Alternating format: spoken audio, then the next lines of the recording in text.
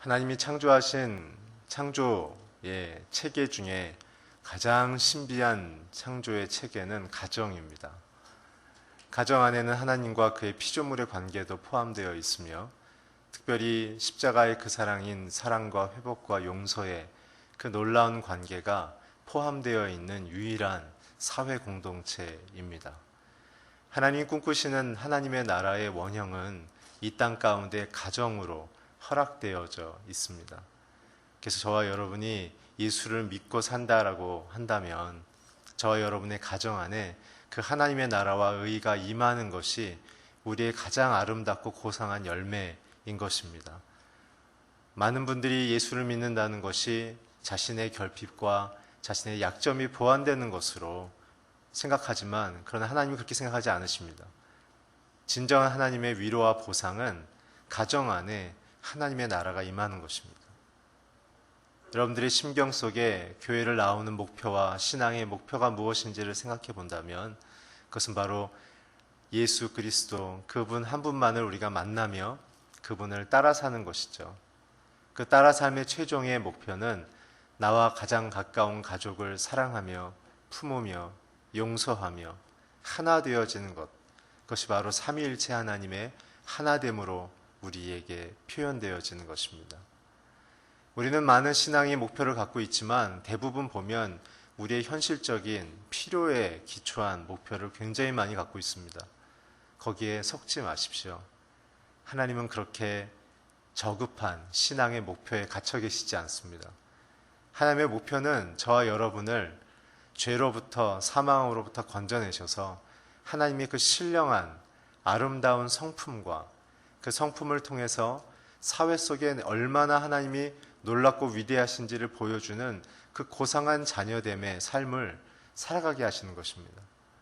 우리의 인생의 진정한 실패는 무엇이냐 하면 좋은 학교나 좋은 직장에 못 간 것이 아니라 그 하나님의 고상한 가정을 경험해보지 못한 것이 우리의 인생의 진정한 실패입니다. 오늘 성경의 약속대로 저와 여러분의 삶 속에 이 하늘나라의 원형인 가정이 아름답게 꽃피며 열매 맺음을 통해 하느님이 함께 하시는 위로와 소망과 사랑의 가정이 되기를 주의 이름으로 축복합니다. 오늘의 본문의 내용은 이런 것입니다. 믿음을 받아들이고 믿음을 경험한 성도들이 그러면 어떻게 살 것인가의 주제가 에베소서의 주제죠. 이 에베소서는 그렇기 때문에 예수님을 믿고 사랑하는 자들에게 있어서는 반드시 마음속에 각인해야 될 굉장히 중요한 필독서입니다. 과연 예수를 믿은 사람들이 이 세상에서 어떻게 살아갈 것인가? 사도 바울은 특별히 세 가지 영역에 대해서 강조합니다. 첫 번째는 부부의 관계입니다. 두 번째는 부모와 자식의 관계입니다. 세 번째는 그러한 가정 공동체의 일원들이 세상에서 어떻게 살아낼 것인지에 대한 세 번째의 영역을 이야기하고 있습니다. 우리가 생각하는 것과 좀 반대죠. 우리는 예수 믿으면 세상에서 성공하며 힘을 얻고 인정받는 것이 목표라고 생각하지만 그러나 거꾸로 성경은 너의 부부의 관계 속에 그리스도가 있는가? 라고 묻는 것입니다. 굉장히 쉽지 않은 주제이지만 그러나 우리가 십자가를 경험했다면 이 관계 속에서 진정 그리스도를 경험하지 않는다면 우리는 진정한 용서가 무엇이며 진정한 하나됨이 무엇인지를 우리는 아직 다 경험하지 못한 것이 됩니다. 예수를 믿는 사람들, 그 사람들은 교회에 출석하는 것이 목표가 아니라 하나님의 나라와 그 의가 내 가정, 내 교회, 내 국가 속에 어떻게 이루어질 것인지를 열망하는 자들입니다. 그것이 십자가를 경험한 자들의 꿈인 것이죠. 그것이 없는 자들의 심경 속에서는 아직도 예수님보다는 내가 주인 된 자들이며 내 삶의 형편이 아직도 예수님의 사랑에 그 힘입어 사는 것이 아니라 아직도 나의 계산과 논리 속에 고민하며 갈등하는 그런 방황의 인생을 사는 것입니다. 우리의 믿음, 우리의 열망은, 우리의 소망은 천국에 가는 그 순간에 이루어지지만 그렇다고 해서 우리가 믿는 믿음은 우리가 죽음 이후에 완성되는 것이 아니라 오늘 바로 이 자리, 이 시간, 내 가정, 내 부부의 관계로부터 출발한다는 것입니다. 오늘 그곳에 예수 그리스도가 계셔야 합니다. 그곳에 예수님의 평화와 화평이 있기를 축원합니다. 그 속에 예수님의 위로와 소망과 하나됨이 있기를 축원합니다. 진정한 나눔과 섬김, 진정한 위로와 돌봄, 내 남편과 아내의 마음을 헤아리며 그 마음속에 우울함과 어두움과 근심과 고통이 무엇인지를 헤아릴 수 있는 그 심경이 바로 이 땅에 오셔서 예수님이 한 사람 한 사람 찾아다니시면서 위로하셨으며 치유하셨으며 천국 복음을 전파하셨던 그 심경인 것입니다. 오늘 저와 여러분 예수님을 만났다면 부부가 먼저 서로의 마음을 헤아리기 시작해야 합니다. 교회 나와서 열심히 봉사하는 것 저 별로 이렇게 기쁘지 않습니다. 여러분들이 가정을 먼저 챙기십시오. 오늘 내가 내 아내와 이번 일주일 동안 도대체 어떤 주제의 이야기를 얼마나 깊이 나누었는가? 이번 한 주 동안 내 남편과 내가 어떤 주제의 이야기를 얼마나 깊이 나누었는가? 내 남편과 아내의 눈물의 그 의미는 무엇인가? 그 근심의 표정의 의미는 무엇인지를 살피는 것이 진정한 십자가의 사랑인 것입니다. 그렇기 때문에 우리는 이런 가정을 살아가기 위해서는 굉장히 중요한 원리가 한 가지가 있는데 그것은 뭐냐면 하나님의 나라, 하나님의 임재를 경험하는 삶입니다. 성경의 출애굽기로부터 계시록에 이르기까지 하나님이 약속하신 그 약속의 핵심 메시지는 나는 너의 아비가 될 것이며 너희는 나의 백성이 될 것이다. 임마누엘이시죠. 그 임마누엘의 핵심을 예수 그리스도로 표현해 주셨고 또한 예수님의 영인 성령으로 우리와 함께하기로 약속해 주신 그 약속이 우리의 인생에 있어서 가장 복되며 행복하며 기쁨으로 살아갈 수 있는 가정의 핵심 요소입니다. 하나님의 그 사랑 안에 날마다 기쁘게 살아갈 수 있는 그 핵심은 성령 충만입니다.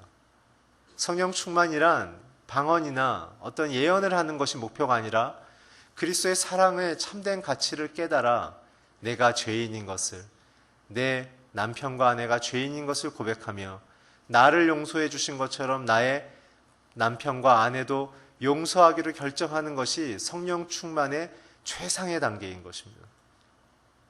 오늘 저와 여러분의 심경 속에 그 십자가를 경험했다면 죄로부터의 자유와 죽음으로부터의 해방의 기쁨이 있는 것인데 오늘 그 기쁨의 선포와 그 기쁨의 선언이 부부의 관계로부터 시작되기를 주의 이름으로 축원합니다.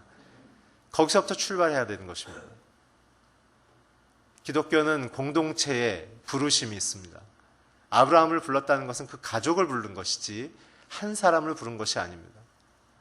오늘 내가 예수를 믿는다는 것은 오늘 갈렙의 고백처럼 내 가족은, 내 가정은 여호와를 섬기기로 결정했다라는 그 공동체적인 믿음과 고백으로 나아가야 하는 것입니다. 그래서 우리의 마음속에는 늘 우리의 가정 위에 하나님의 권위자이신 성령께서 우리를 인도하시며 돌보시며 결정하신다는 그 권위 구조에 대한 확신과 순종이 있어야 하는 것입니다.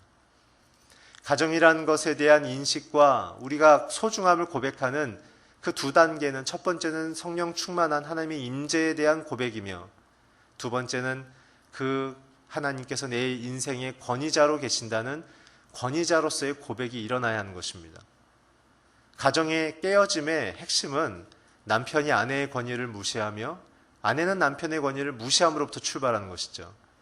오늘 에베소서 우리가 읽은 이 본문은 가장 중요한 것은 사랑으로서 하나님이 허락하신 서로에 대한 권위를 존중하며 지켜라 입니다. 가정의 머리는 누구이십니까? 예수 그리스도십니다.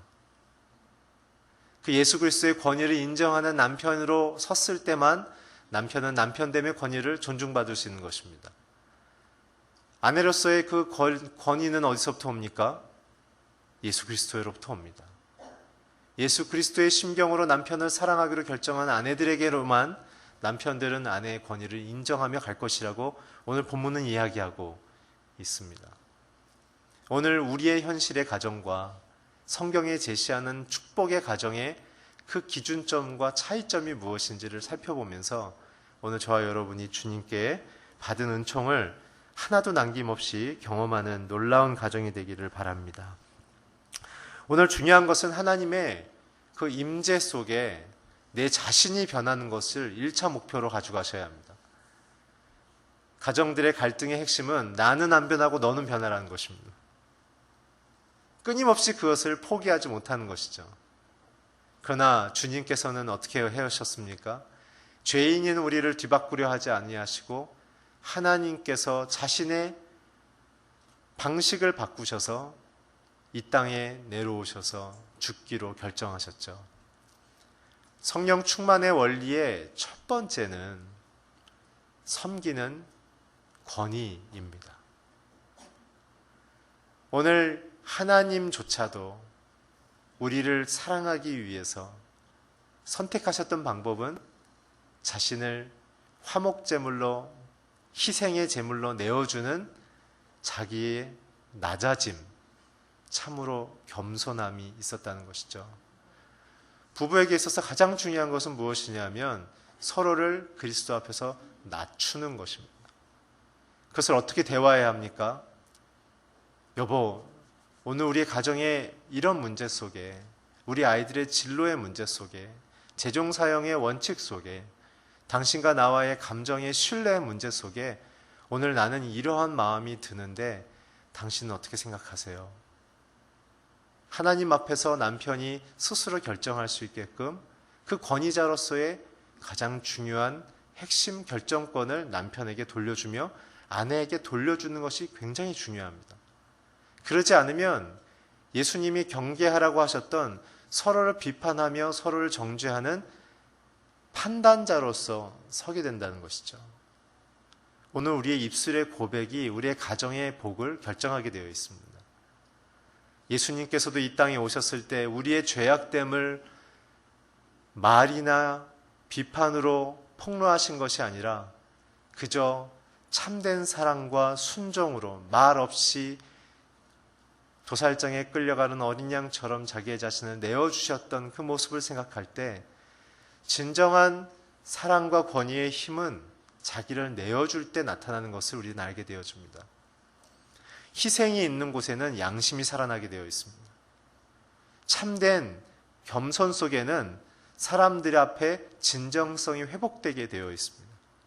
갈등과 비판으로는 사람을 제압하거나 설득할 수 없습니다. 그래서 예수님은 피 흘리기를 결정하신 것입니다. 그래서 오늘 성경에서도 남편들에게 이렇게 얘기하지 않습니까? 그리스도가 교회를 사랑하듯 아내들을 사랑하십시오. 남편들이 아내들을 향한 사랑의 종류는 아가페의 사랑입니다. 말 없이 사랑하기로 결정하는 것입니다. 아가페의 사랑은 사랑 못할 내용이 없는 것이죠. 모든 것을 사랑하는 것입니다. 마치 이런 것입니다. 호세아가 고멜을 율랑 여성인 여자를 아내로 맞이했을 때도 남편이 있음에도 끊임없이 다른 남자로 만족을 추구하며 돌아갔을 때도 호세아는 아내를 비난하고 비판하지 않고 자기 집에 먹이며 누이며 씻기며 끝없이 사랑을 외치며 아내가 도망간 그 자리에 그 남편도 함께 머무르는 끝없는 아가페의 사랑을 보여줬던 것이죠. 그래서 남편들은 아내로부터 존경받기 위해서 사도 바울이 주시는 권면은 예수님과 같은 그 희생의 사랑으로 아내를 한없이 사랑하라는 것입니다. 수많은 여성분들과 이야기를 나눠보면 어느 때 남편들을 존경하는가 몇 가지의 핵심 포인트들이 있습니다. 첫 번째는 남편이 자신에게 있어서 영적 지도자로 느껴졌을 때 남편을 존경하기 시작한다는 것입니다. 이 부분은 믿음이 있는 여성뿐만 아니라 믿음이 없는 여성도 이 부분은 다 100% 동일하게 1위로 꼽는 부분입니다. 성경에서 남편을 아내에게 어떤 식으로 하나님이 세우셨습니까? 그것은 바로 영적인 지도자로 세우신 것이죠. 지배하는 지도자가 아니라 책임지는 자로 세우신 것입니다. 남편은 아내들을 책임져야 합니다. 아내들의 심경의 변화와 마음의 공핍함과 아이들을 키우면서 가정을 돌보면서 당하는 여러 가지 스트레스들을 남편들은 아내의 마음을 심경을 돌아보며 격려와 존중으로 돌아봐야 되는 것이죠. 그래서 남편은 아내에게 늘 진정성 있는 말을 해야 하는 것이죠. 어떻게 해야 됩니까? 당신이 있어서 내가 정말 너무 행복해. 남편의 존재감이 아내로부터 나온다는 것을 고백해 줬을 때 아내들은 남편을 향하여 존중하며 충성을 할 수 있는 그 마음에 신뢰가 기본적으로 생기는 것입니다. 두 번째로 남편들이 해야 될 것은 경청인 것입니다. 아내들이 무엇인가를 얘기할 때는 이미 많은 것을 숙고하고 얘기하는 것입니다. 그럴 때 남편들, 저도 많이 실수했지만 남편들이 조심해야 할 것은 끝까지 못 들어준다는 것이죠. 그래서 결론이 뭔데? 그 결론이 뭔데? 를 묻는 거죠. 여자분들이 얘기하는 것은 자기가 얼마나 이 문제 속에 고심했으며 남편에게 의견을 묻기 위하여 얼마나 많은 노력을 했기에 그래서 나의 대화는 이것이라는 그 얘기를 통해 남편으로부터 칭찬받고 존중받고 싶은 그러한 사랑의 대상의 존경자로 대화를 시작했는데 남자들은 결론이 중요하니까 결론만 얘기하다 보면 아내들은 이제 남자들과 대화를 안 하는 것이죠. 아, 이 남자는 나를 존중하지 않는구나. 맞습니까?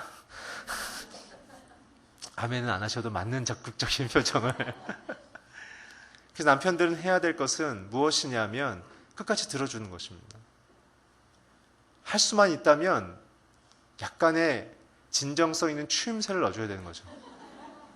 당신 정말 그렇게 힘들었어? 아니 그 여자 때문에 당신 이렇게 고생했단 말이야? 당신 마음은 괜찮아? 라고 얘기하는 것이죠. 그럼 아내는 압니다. 이 남자가 그냥 추임새구나. 그렇지만 이 남자가 나에게 집중하며 무엇인가 자기의 마음을 쏟아내고 있다는 사실을 발견했을 때 아내들은 굉장한 기쁨을 얻는 것이죠. 남편들이 그리스도가 교회를 사랑하듯 이라는 말을 깊이 묵상한다면 그 교회라는 것은 그리스도를 불순종하는 자들까지 포함된 이야기인 것입니다. 하나님의 말씀이 선포됐음에도 불구하고 들었으나 경솔히 여기거나 듣기를 거부하는 자들까지 포함한 것이 교회라는 것이죠. 십자가의 죽음은 누구를 위한 것입니까? 충성된 자들을 위한 것이기도 하지만 그러나 십자가의 본질은 예수를 십자가에 못 박은 자들을 위한 것 아니겠습니까? 남편들의 사랑의 크기는 하나님의 사랑의 크기까지 넓어져야 하는 것입니다. 그래서 남편들은 무엇을 해야 합니까? 자신의 권위자인 하나님 앞에, 예수님 앞에 엎드려야 되는 것이죠. 하나님의 그 십자가의 사랑을 내게 부으셔서 내 아내를 사랑하게 하십시오. 나를 얼마나 사랑하셨는지를 내가 깨달아서, 내가 죄인인데 나를 얼마나 깊이 사랑하시는지를 깨달아서 아내를 나도 사랑하게 해주십시오. 그것이 남편의 사랑인 것입니다. 그래서 남편의 사랑은 마치 큰 산과도 같은 것입니다. 어떠한 환경에서도 요동하지 않으며 흔들리지 않으며 일관되게 아내를 향하여 나아갈 수 있는 그 심경, 그것이 남편에게 허락된 하나님이 요구하시는 사랑입니다. 또한 아내에게는 무엇을 요구하십니까? 남편에 대한 사랑과 존경을 요구하고 계십니다. 교회가 그리스도를 섬기듯 이란 말은 무엇입니까? 그리스도가 계셨기 때문에 교회가 존재하는 것이죠. 남편은 아내의 머리인 것입니다. 아내가 존재할 수 있고 아내가 보호받을 수 있는 것은 남편이라는 권위의 우산이 있기 때문에 그런 것입니다. 그렇기 때문에 남편은 끊임없이 아내를 돌보듯 아내들도 남편에게 끊임없이 해야 될 것은 첫 번째는 남편이 하나님의 뜻 앞에 날마다 서도록 기도하시며 남편이 하나님의 뜻 앞에 집중할 수 있도록 날마다 살피고 대화해야 되는 것입니다. 그것이 하와가 만들어졌던 에젤이라는 뜻의 본질인 것이죠. 에젤, 어시스턴트, 뭘 돕는 조력자입니까? 우리의 가정의 머리이신 그리스도께 남편이 날마다 순종하며 엎드려서 그리스도의 뜻이 온전히 내 가정에 이루어지기를 소망하는 것, 그것이 아내들의 가장 유일한 소망이 되어줘야 되는 것입니다. 남편이 벌어다주는 경제적인 여유를 갖고 내가 가정을 꾸려보겠다라는 생각이 굉장한 위험한 결과를 초래하는 것을 많이 보게 되어집니다. 가정에 대해서 성실하게 사는 것에 대해서 제가 얘기하는 것이 아니라 남편을 통한 하나님의 권위와 결정 구조에 대하여 아내들이 그 모든 것을 대행하는 입장으로 돌아서게 되어지면 결국은 남편은 가정에 대하여 관심이 약해질 수밖에 없습니다. 왜냐하면 남자들은 자기가 책임지는 것에 대해서만 관심을 갖기 때문에 그렇습니다.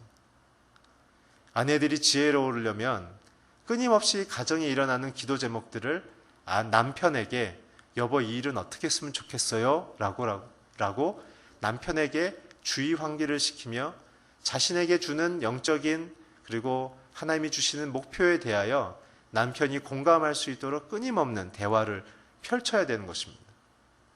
저 인간은 얘기해도 맨날 똑같지 뭐 이렇게 되면 자신의 가정에 대한 불행이 계속 깊어지는 것입니다. 에스더와 아하수에로 왕을 기억하십시오. 그 폭군이며 비인간적인 남편을 향하여 에스더는 끊임없이 기도하면서 존경과 사랑으로 그를 하나님 앞에 뜻에 세우는 것으로 날마다 섬겼기에 이스라엘을 전부 다 멸살시키겠다는 아하수에로 왕의 결정이 하나님 앞에서의 에스더의 그 간절한 기도를 통해 그 마음속에 양심이 밝아져서 그것이 옳지 않다는 사실을 자각하게 되어져서 그 결과를 다시 되돌리는 놀라운 역사가 일어나지 않습니까? 아내에게 하나님이 물으시는 책임은 무엇이냐면 너가 남편을 위하여 끊임없이 기도했는가? 하나님의 뜻 앞에 남편이 온전히 서도록 기도했는가? 그렇다면 아내들의 마음엔 두 가지 생각이 들 것입니다. 그렇게 말했을 때 남편이 하나님의 뜻 앞에 순종할 때와 순종하지 않을 때인 것이죠. 또한 두 종류가 있죠. 하나님을 아는 남편과 모르는 남편 어떻게 해야 합니까? 그냥 성경은 놀랍게도 예수를 믿던 믿지 않던 영적인 결정권은 남편에게 있다고 얘기합니다. 이런 내용입니다. 아내에게 하나님이 사실은 먼저 얘기하십니다. 남편보다. 그랬을 때 아내들은 해야 될 일이 여보 하나님이 이렇게 얘기했어요 라고 얘기하는 것이 아니라 여보 제가 기도해 보니 이러한 마음이 드는데 당신은 어떻게 했으면 좋겠어요 라고 얘기하는 것이 남편들이 하나님을 직면하게 만드는 굉장히 중요한 질문입니다. 아내의 마음속에 이런 마음이 일게 한 하나님이 이거 정말 하나님의 뜻인가 아닌가를 생각하게 만드는 것, 그것이 아내의 가장 고상한 리더십인 것이죠. 그래서 남편들의 마음에는 두 가지 생각이 듭니다. 그 마음을 통하여 정말 하나님의 뜻인지를 확인한다면 아내와 똑같은 마음으로 결정하게 되는 것이죠. 그렇다면 가장 좋은 케이스입니다. 하나님의 뜻을 아내가 들은 것을 남편이 밝히 알아 하나님의 뜻으로 알고 그 가정을 하나님께로 이끌어 나가는 그 리더십이 남편에게 발휘되는 것이죠. 또한 이런 경우도 있습니다. 남편이 그 뜻을 받아들이지 않는 것이죠. 그럼 더욱 기뻐하십시오. 특별히 믿지 않는 남편이 그렇게 행동할 때는 더욱 기뻐하십시오. 하나님이 공식적으로 남편에게 하나님의 살아계심을 역사할 수 있는 굉장히 중요한 문이 열린 것입니다. 아내를 통하여 전달되어진 하나님의 뜻을 거부하거나 불순종하게 된다면 하나님은 이제 그 불순종한 남편에게 공식적으로 하나님의 압력을 행사하셔서 하나님은 누구이시며 하나님은 어떠한 분이신지를 경험할 수 있는 굉장한 인생의 중요한 찬스를 열어주시는 것입니다. 때로는 양심의 소리로, 때로는 직장에서의 권위 구조 가운데 자신의 권위자로부터 받는 압력으로, 때로는 건강으로, 때로는 재정적 압박으로 자신이 결정한 뜻이 하나님 앞에서 복을 누리는 결정이 아님을 자각하도록 하나님은 남편을 이끌어 가신다는 것입니다. 그래서 아내들은 남편을 조종하거나 지배하려 해서도 안 되고 남편 역시 아내들을 조종하거나 지배하려고 해서 안 됩니다. 남편을 바꾸실 수 있는 분, 아내를 바꾸실 수 있는 분은 유일하게 예수 그리스도 한 분이신 것입니다. 여러분들이 평생 해보지 않으셨습니까? 서로를 바꾸려고 노력했을 때 그 결과는 무엇입니까? 갈등뿐인 것이죠. 오늘 하나님이 주신 가정의 행복의 가장 중요한 원칙은 바로 이러한 그리스도를 중심으로 한 그리스도와 교회의 관계 속에 살아가는 남편과 아내의 관계인 것입니다. 자, 그렇다면 가장 중요한 하나님의 관심은 또 무엇인가? 이러한 부부의 관계를 통해 하나님이 이루고자 하는 열매가 있습니다. 보석과 같은, 다이아몬드와 같은 열매가 있습니다. 그것은 무엇이냐면 하나님을 경외하는 자녀들, 부모들을 통해 자녀들에게 하나님이 누구이신지를 알게 하기를 원하십니다.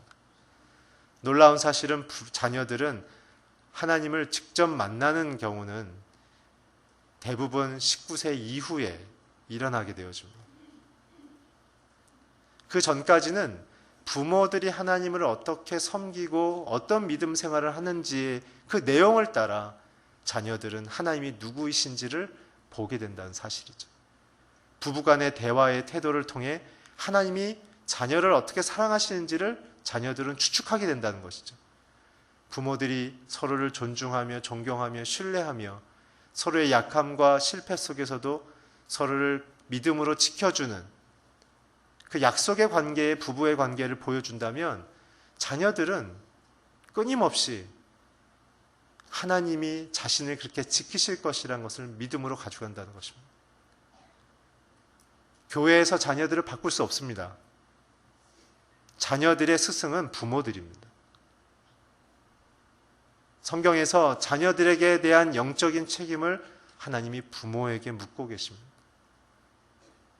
오늘 그렇기 때문에 하나님이 꿈꾸는 가정은 하나님을 경외하는 건강한 부모 밑에 건강한 자녀들이 태어난다는 것입니다. 오늘 그러기에 저와 여러분이 기도해야 될 것은 과거를 바꿀 수 없기 때문에 이제부터가 중요합니다. 몇 가지를 하셔야 합니다. 첫째는 부부 간에 혹은 부모와 자녀 간에 하나님의 뜻을 거스리면서 주고받았던 감정이 있다면 서로에게 회개하십시오. 그리고 나서 두 분이 함께 하나님 앞에서 그런 관계가 일어나는 것에 대하여 회개하는 기도를 하십시오. 그것이 지나간 과거에 여러분들과 저를 묻고 있었던 가정 안에 그 말할 수 없는 속박과 굴레와 답답한 심경들을 벗어나게 하는 굉장히 중요한 축복의 시작입니다. 아버지와의 관계가 풀려있지 않는 남편은 자기의 자녀들과 관계가 절대 풀릴 수가 없습니다. 제가 이 사실을 안 다음에 거의 한 17년 전이죠. 제 아버지와 통화했습니다. 저희 아버지는 굉장히 심성은 좋은 분이지만 갱상도 사나이이기 때문에 굉장히 상남자셨습니다. 또 그리고 독립군의 아들이었기 때문에 굉장한 마초의 근성이 있으셨죠. 원하지는 않으시고 의도하지는 않으셨지만 우리 안에 겪은 그런 여러 가지 일들이 있었습니다. 하나님 저에게 그걸 밝혀 보이셨고 첫 애가 태어났는데 제 마음속에 그 아버지로 맡은 영향력들이 일어나는 제 내면을 보면서 이것을 어떻게 될까 고민하다가 베드로 전후서를 읽고 난 후에 아버지와의 관계를 풀어야겠다 해서 아버지에게 전화를 드렸고, 아버지 제가 그런 부분 때문에 이런 영향을 받았는데 아버지 제가 이 부분을 아버지와 자유롭게 풀고 싶습니다 라고 전화드렸을 때 아버지가 가만히 들으시더니 대영아 미안하다 사랑한다 그 한마디에 제 마음이 굉장히 자유로워지는 것을 알게 되어졌고, 저도 그 이후에 아버지와 더 깊은 사랑의 관계로 들어가는 것을 경험하게 되어졌습니다. 오늘 전화기를 드십시오. 오늘 예배 마치고 딴 데 가지 마시고 부부끼리 좀 주변에 식당이나 찻집을 가셔서 식사하시고 좀 눈을 맞추시면서 서로에게 갖고 있었던 사랑하지만 그러나 더 사랑할 수 있음에도 불구하고 우리 안에 발목을 잡고 있는 부분들이 있다면 서로 고백하십시오. 받아들이든 받아들이지 않던 고백하십시오. 그것이 자유의 시작입니다. 두 번째로는 자녀들을 향해서도 동일한 것입니다. 제 첫애한테 제가 아이들한테 크게 화낸 적이 거의 없는데 제 큰애한테 제가 한번 화를 낸 적이 있습니다. 굉장히 화를 낸 적이 있습니다. 그러고 나서 제가 잊고 있었는데 하나님이 어느 날 큐티하는 도중에 저한테 얘기하셨어요. 너 첫째한테 사과해라 그러시더라고요. 그래서 저는 잊어버리고 있었던 거죠. 왜 그러죠? 생각해 보니까 그 일이 생각난 거예요. 그래서 제 큰애를 데리고서 이렇게 산책하다가 큰애가 좋아하는 아이스크림 집에 들어가가지고 먹다가 제 얘기했어요. 세진아, 네가 아빠가 옛날에 이렇게 했던 거 기억이 나니? 그랬더니 얘가 갑자기 가만히 저를 보는 거예요. 그래서 기억이 난다는 거예요. 제가 그때 깜짝 놀랐어요. 제가 아빠가 그때 너에게 건강하지 못한 감정 표현을 해서 정말 미안하다. 아빠를 용서해 줄 수 있겠니? 그랬더니 세진이가 가만히 저를 보더니 그렇게 딱 고개를 끄덕이는 거예요. 그래서 물었어요. 혹시 그것이 너한테 어떤 영향을 줬니? 그랬더니 아빠가 나를 굉장히 사랑한다는 건 알지만 근데 아빠한테 다가가기가 힘든 어떠한 그런 사슬처럼 자기를 이유 없이 묶고 있다는 사실을 자기가 그렇게 경험하고 있었다는 거죠. 그래서 부모의 한마디가 우리의 본심과는 상관없이 아이들의 마음을 흔들 수가 있구나. 그것이 사단이 기뻐하는 일이구나. 아이들에게 있어서는 부모는 하나님과 같은 존재입니다. 부모의 태도와 말이 결국은 아이들의 그 내면과 영적인 축복의 그릇을 결정하게 되어지는 것입니다. 그러나 기뻐하십시오. 지금부터 시작하셔도 그 복음 회복됩니다. 마치 그릇에다 뚜껑을 덮어놨을 때 그릇에다가 아무리 좋은 음식을 담으려고 해도 물을 담으려도 안 담기는 것과 같이 그냥 뚜껑만 벗기면 이제부터 담을 수 있는 거 아니겠습니까? 오늘 용기를 내서 하나님 앞에 자신을 돌아보고 가정 안에서 참된 그 축복의 사랑, 하나님의 나라, 희와 의락과 화평의 그 기쁨이 가정에 이루어지기를 축원합니다. 오늘 우리의 마음속에 쓸데없이 묶인 것을 평생 가져갈 필요가 없습니다. 용기를 내십시오. 기다리고 있습니다. 가족들은 그 얘기를 듣고자 합니다. 그래서 빨리 그 모든 사슬로부터 풀어나서 축복의 땅으로, 하나님의 약속의 땅으로 들어가며 함께 기뻐하기를 원하는 것이죠. 사랑하는 성도 여러분, 오늘 잊혀진다고 용서가 되는 것이 아닙니다. 망각한다고 자유로워지는 것이 아닙니다. 오늘 서로의 관계는 그대로 남아있는 것입니다. 오늘 그리스도께서 그래서 우리의 관계를 남겨두지 않고 십자가에 죽는 그 행위를 쫓아, 인생을 쫓아 자신의 물과 피를 자신의 손과 발에 흘려내리심을 통해 저와 여러분을 씻기고 정결케 하시는, 다시는 내가 정죄치 않겠다라는 그 화목의 관계로 이끄셨던 것처럼 오늘 아버지가, 어머니가 서로를 향하여, 자녀를 향하여 그 자유와 소망의 관계로 나아갈 때 여러분들의 가정에는 더 큰 하나님의 빛과 소망과 생명과 위로와 화평이 임하게 됩니다. 오늘 저와 여러분의 가정 속에 그 자유의 은혜, 기쁨의 은혜, 감격의 은혜가 가정에 넘쳐나기를 주의 이름으로 축원합니다. 기도하겠습니다. 감사합니다. 하나님, 우리를 죄악 속에 놓지 아니하시고 주님의 사랑과 희락과 화평으로 우리를 부르심을 감사합니다. 우리의 심경 속에 남편은 아내를 아가페적인 사랑을 하게 하여 주시고 아내들은 남편을 향하여 사랑과 존경함으로 나아가게 하여 주시옵소서. 그래서 모든 가정이 주의 은혜와 은총을 경험하는 놀라운 역사가 일어나게 하여 주시옵소서. 예수 그리스도의 이름으로 기도했습니다. 아멘.